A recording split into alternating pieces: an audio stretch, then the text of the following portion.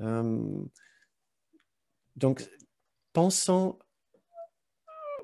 à l'ensemble de ces contradictions, l'ensemble de ces différentes difficultés dont nous avons parlé ici. Voilà, je vais partager avec vous les 3 raisons selon le cours miracle pour lesquelles cette difficulté reste dans notre esprit.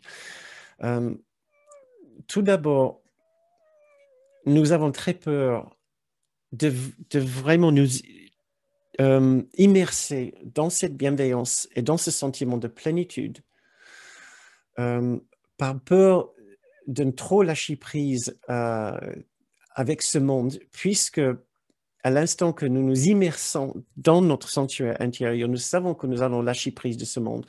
Et pourtant, notre dualité, notre particularité, notre individualité vit uniquement dans ce monde d'apparence, dans ce monde d'illusions et de rêves. Et donc, inconsciemment, nous allons trouver une immense difficulté à ne pas être dérangés par quelque chose dans ce monde, que ce soit par le gouvernement, par votre enfant, par votre parent, par votre entreprise. Il est extrêmement difficile, ça va sembler un peu bizarre ce que je vais dire, extrêmement difficile de ne pas être dérangé par quoi que ce soit. Et c'est presque comme si nous gardons toujours, même si nous avons accepté énormément de pardon pour ce monde, et nous avons trouvé la paix intérieure, il y a un petit coin du monde que nous n'allons pas pardonner et que nous n'allons pas pouvoir remplir de bienveillance. Et ça sera notre point d'ancrage dans la dualité, dans le monde ici. Pour notre particularité, c'est ça qui va garder notre particularité en vie. Donc, il y a une partie de nous qui veut continuer à souffrir, à être dans cette difficulté, à être déçu, à ne pas avoir les besoins satisfaits, à être déçu avec les autres, déçu avec nous-mêmes, pour pouvoir continuer à vivre notre histoire personnelle de particularité, d'individualité, pour ne pas aller vers l'immensité de l'amour, de la bienveillance, de la bonté, de notre sanctuaire intérieur, où nous allons nous trouver naturellement, complètement immergés et fusionnels avec l'immensité de l'unité, avec cet amour, cet vaste amour. Donc voilà, nous allons garder un petit coin ici. L'autre raison que nous avons du mal à lâcher prise de cette difficulté et d'aller à l'intérieur vers la tendresse et l'amour, c'est parce qu'en fait, nous pouvons toujours avoir peur qu'à l'intérieur de nous, il n'y a pas de tendresse.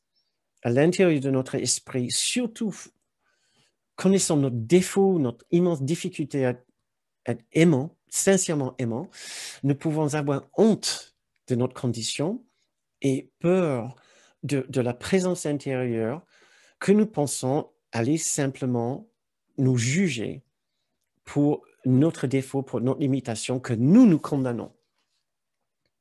Plus nous avons de la honte et de la culpabilité pour notre difficulté d'être aimant et de pardonner, plus nous allons avoir peur d'aller à l'intérieur et de confronter l'amour, pensant que l'amour est devenu Dieu le juge, qu'il y a maintenant un juge intérieur qui va nous dire, qui va nous donner raison, que oui, on a raison d'avoir honte et de ressentir cette immense culpabilité, et que c'est un grave, grave défaut. Donc, nous pouvons avoir peur de retourner à l'intérieur et d'accepter la bienveillance, pensant que la bienveillance n'est plus là. Il n'y a que jugement à l'intérieur. Et la troisième raison pour laquelle nous pouvons avoir cette difficulté, c'est un peu selon ce que dans le même trame ce que j'ai dit tout à l'heure, c'est que nous savons, quand vraiment laissons tomber tout dans ce monde, tous les problèmes, nous allons courir vers cette immense océan de tendresse et de douceur et nous plonger dedans et oublier ce monde et oublier toute histoire de particularité et individualité à jamais. Et nous n'allons plus jamais revenir sur Terre de la même façon. Il y a une partie de nous qui est tellement, tellement attirée par cet amour immense, capable d'aimer tout sans concession et sans condition. Et nous hésitons. Nous hésitons encore d'aimer tout le monde avec le même amour que l'océan aime et accepte tout le monde. L'océan est assez grand pour accepter tout le monde dans son étreinte. Et ce que nous devons faire, comme une goutte de l'océan, c'est d'apprendre à aimer tout le monde comme l'océan aime. Mais pour pouvoir avancer sur notre chemin maintenant, nous devons pratiquer cet amour et cette tendresse et cette immense bienveillance envers nous-mêmes.